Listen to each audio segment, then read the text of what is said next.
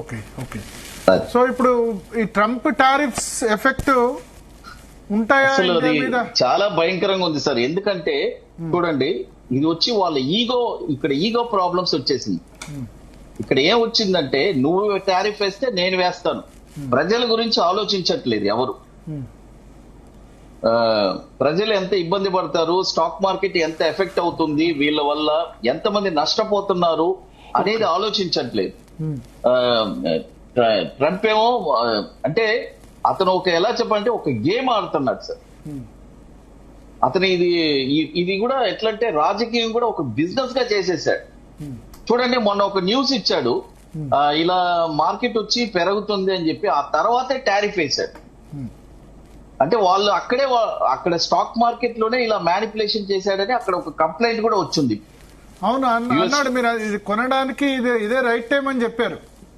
అవును, కొనండి, మంచి అవకాశం అని చెప్పాడు. తెల్లారి టారిఫ్స్ విత్డ్రా చేసుకున్నాడు 3 months వరకు. అదే అంటే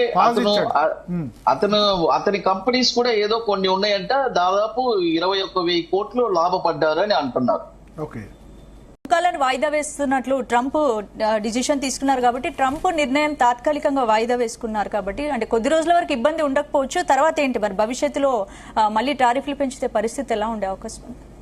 ఖచ్చితంగా మేడం. అదే ఇప్పుడు ఆయన ఏం చేశాడంటే, చూడండి, ఇది ఒక గేమ్ లాగా ఆడేసారు. చైనా వాళ్ళు దొరికారు, అనవసరంగా చైనా వచ్చి ఇరుక్కుపోయింది. ఇప్పుడు అందరూ ఎవరు వచ్చి అంటే ఆయన టారిఫ్ వేసిన తర్వాత ఎవరు వచ్చి ఏం మాట్లాడలేదు, అందరు కాంప్రమైజ్ కోసమే వెళ్ళారు.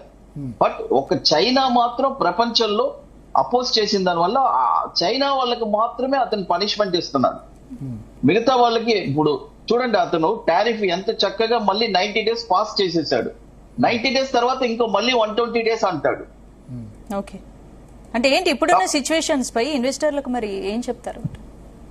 ఇన్వెస్టర్స్ కి క్లియర్ గా చెప్తున్నా మేడం, ఖచ్చితంగా మార్కెట్ వచ్చి ఇప్పుడు June 30 లోపు వచ్చే లో బాటమ్ అవుతుంది. ఆ లో గాని బ్రేక్ అయిందంటే ఖచ్చితంగా మార్కెట్ మనకి చాలా ఇబ్బంది అవుతుంది.